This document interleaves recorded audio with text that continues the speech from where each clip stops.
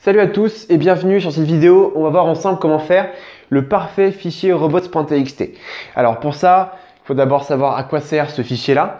Ce fichier va simplement dire à Google, ok, je veux pas que tu mettes dans ton index cette page-là, cette page-là, cette page-là de mon site parce que j'estime qu'elle n'a pas d'importance pour mes lecteurs. Donc pour ça, il faut déjà aussi bien comprendre ce que c'est que indexer et référencer. Alors, indexer, c'est simplement le fait d'avoir une page qui soit présente dans les index de Google, donc dans les résultats de recherche de Google. Tandis que référencer, ça va être étroitement lié au fait d'avoir une page qui soit dans les meilleures positions. Si vous dites que voilà, ma page est bien référencée, ça veut dire que votre page est bien mise en avant dans les résultats de moteur de recherche. Tandis que si votre page est indexée, elle peut se trouver en 20e page, elle est quand même dans les index de Google. Donc une page peut être bien référencée, mais une page ne peut pas être bien indexée. Elle est simplement indexée ou elle ne l'est pas. Tandis qu'une page peut être bien référencée, plus ou moins, ça dépend si elle est bien mise en avant ou pas.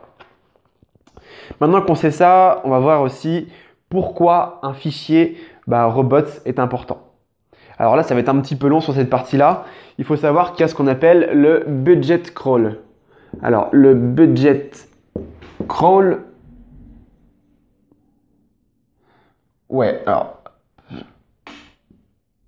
hop, comme ça. Alors, le budget crawl, c'est quoi? C'est quelque chose qui dépend, en gros, du taux limite de crawl, qui, en gros, dépend lui aussi de deux choses. Alors, comme ça.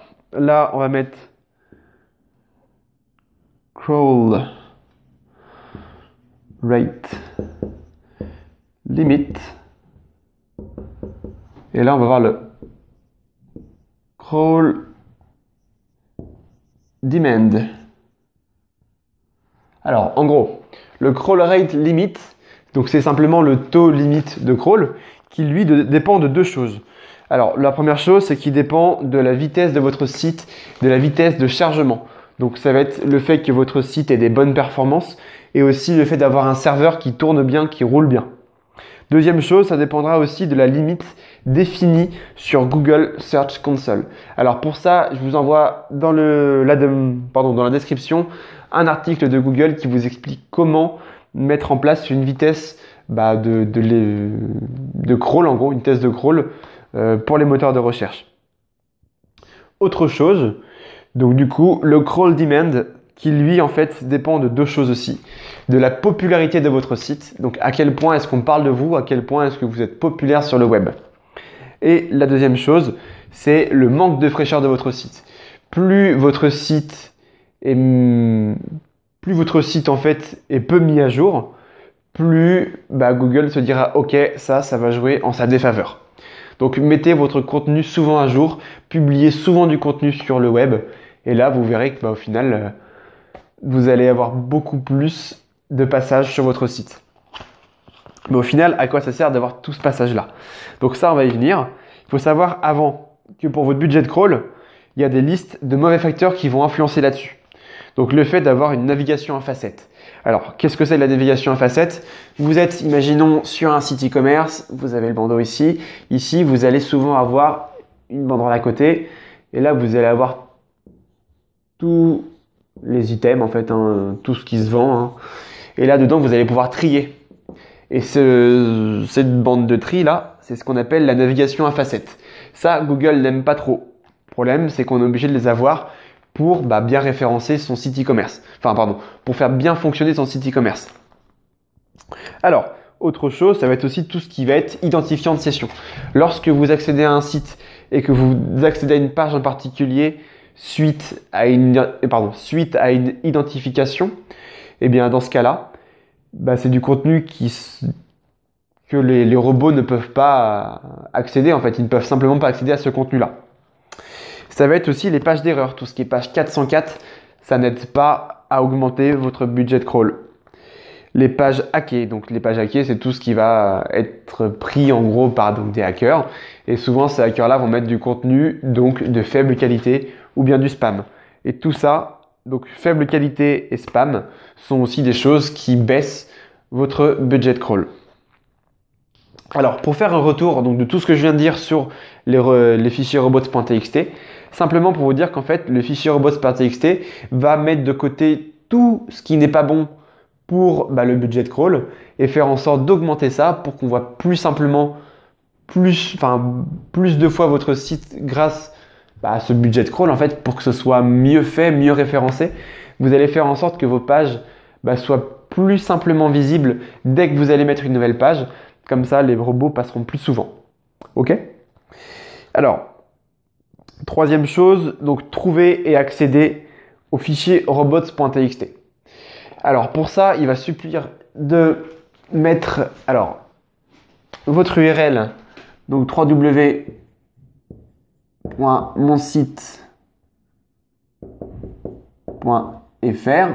Alors c'est la continuité, / du coup robots.txt. D'accord? Simplement, vous tapez cette adresse-là dans votre navigateur, vous voyez si vous avez ou pas un fichier robots.txt. Si vous avez une erreur, c'est qu'il est temps d'en faire un et ça va simplement augmenter encore plus votre référencement. Si vous en avez déjà un, essayez de voir si c'est pas possible de l'optimiser. Maintenant qu'on a fait ça en passant par directement une URL, sachez que vous pouvez aussi accéder par ce qu'on appelle le FTP, File Transfer Protocol. En gros, c'est simplement grâce à un petit logiciel qui s'appelle FileZilla. Hop. Ce logiciel vous permet d'accéder simplement à votre hébergement, à tous les fichiers qui sont sur votre serveur pour modifier du coup l'ensemble du contenu dedans, notamment ce fameux fichier robots.txt. D'accord? Donc le lien est en description. Vous pourrez télécharger le logiciel, c'est très simple. C'est sur Linux, sur Mac, sur Windows. Pas de problème de compatibilité. Maintenant, on va voir ensemble comment créer ce fameux fichier robots.txt. C'est tout simple. Il vous suffit d'avoir un logiciel comme Word, comme Bloc-Notes sur Windows ou bien un TextEdit sur Mac. D'accord? Une fois que vous avez ouvert un fichier, donc un fichier texte, d'accord? On va voir comment le faire, quoi mettre dedans. Alors, la première chose à mettre dedans, ça va être user-agent. Alors, user agent, 2 points, et là on va mettre une étoile. Alors l'étoile, c'est pour dire simplement qu'on s'adresse à tous les robots de chacun des moteurs de recherche.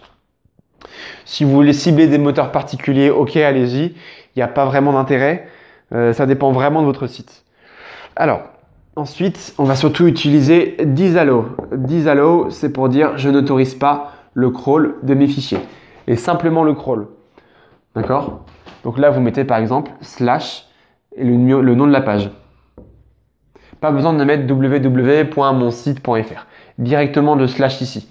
Ok? L'autre chose, ça va être allow qui va dire voilà, ça j'autorise. Il faut savoir que c'est implicite. C'est-à-dire que allow, chacune de vos pages est de base en allow. Mais allow va servir en gros lorsque vous voulez faire une exception à votre disallow. Je m'explique. Vous faites par exemple disallow / toutes vos pages, d'accord? Toutes les pages d'un répertoire. Mais il y a par contre une page parmi ce répertoire que vous voulez indexer. Donc vous allez faire page / la page en question, d'accord? Ensuite, vous allez avoir sitemap.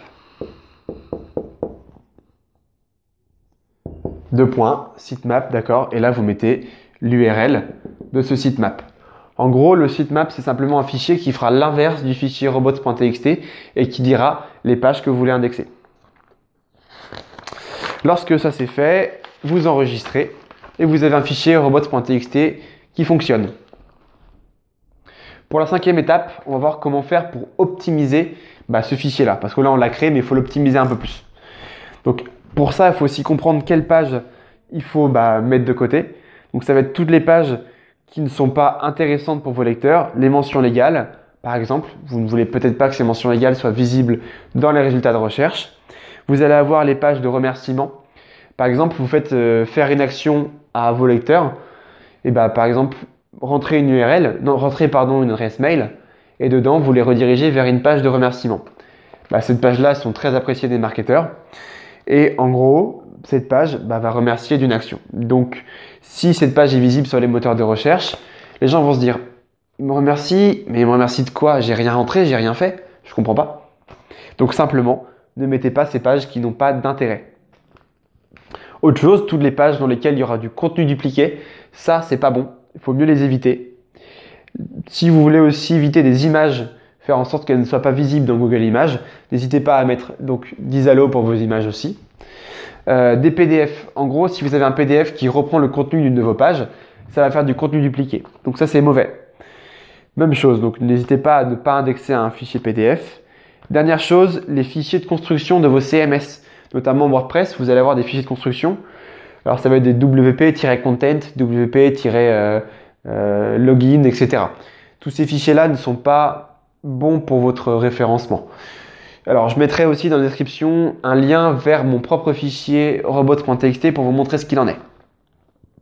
Alors sachez une chose, c'est que Dizalo empêche le crawl et non pas l'indexation. Il suffit qu'il y ait un lien qui pointe vers la page en question et elle sera quand même indexée. Donc pour être sûr que la page n'est pas indexée, on va utiliser une autre demande, un autre mot en fait qui va être noindex. Le fonctionnement est le même, hein. Par exemple noindex, donc le truc de la page, hop, pardon, le chemin de la page, et celle-ci seront complémentaires, d'accord? Vous allez avoir aussi la nofollow. Nofollow, qu'est-ce que c'est? C'est simplement pour dire, voilà, je ne veux pas que cette page-là, on puisse suivre les liens qui sont dessus. Je t'autorise à crawler la page, donc on ne met rien, hein, ça c'est implicite, on ne met rien. On va simplement dire, par exemple, nofollow, tu ne suis aucun des liens qui sont sur cette page-là. Les liens qui sont dessus ne sont pas de bonne qualité, donc ne les suis pas. Alors, maintenant que ça c'est fait, on sait utiliser noindex, on sait utiliser nofollow, on passe à la balise MetaRobots. Alors, la balise MetaRobots, il faut l'insérer dans les balises head. D'accord? Hop, à l'intérieur de votre balise head. Hop, ici, avec l'anti-slash, le slash pardon, pour fermer. Et dedans, on va mettre donc la méta name égale robots. Ici, c'est simplement un espace. Je vais à la ligne et on va mettre content. Et là, vous pouvez mettre du coup simplement donc noindex et le nofollow si vous le souhaitez. Vous pouvez mettre ce que vous voulez. Et donc du coup, hop, pour fermer. Bon, c'est pas très clair, j'écris un peu de travers, hein, mais l'idée y est, je pense. Alors, ça, donc ça s'inscrit vraiment pour chacune de vos pages. Ça se met sur une page par une page. Vous ne pouvez pas mettre ça sur plusieurs pages d'un coup. Le fichier robots vous permettra de faire plusieurs manipulations d'un coup, de bloquer des répertoires, tandis que la méta robots, du coup, vous permettra simplement de faire ça page par page. Alors, ça, c'est pour ceux qui écrivent à la main. Pour ceux qui sont sur WordPress, vous avez normalement l'encart de Yoast, d'accord? Et ici, vous allez avoir une petite roue dentée, là. Hop, hop, hop, hop. Vous avez plusieurs petits signes ici. Là, la petite roue dentée, vous cliquez dessus et vous allez pouvoir gérer, donc du coup, index, no index et follow, no follow. D'accord? Simplement. Voilà pour la balise MetaRobots. Surtout, évitez une chose, c'est d'utiliser les deux pour la même page. Donc, la balise MetaRobots pour une page et en plus de ça, utiliser le fichier robots.txt. En gros, si vous mettez ici, par exemple, dans le fichier robots.txt que vous refusez de crawler une page et que sur la page, vous mettez la balise noindex, et ben en gros, il va y avoir un conflit dans le sens où effectivement, lui ne va pas la crawler, mais en plus de ça, vous avez demandé à ne pas l'indexer. Donc, en gros, ce qui va se passer, c'est que lui ne verra pas le noindex. Vous serez bloqué. Vous aurez une page qui sera quand même indexée, alors que vous avez quand même mis une balise noindex. D'accord? Donc, vérifiez bien ça. Séparez bien les choses. Une balise MetaRobots pour une page donnée, et pour un répertoire ou une page, une autre page, utilisez votre fichier robots. Mais ne mélangez pas les deux façons de faire pour une seule page. Ok?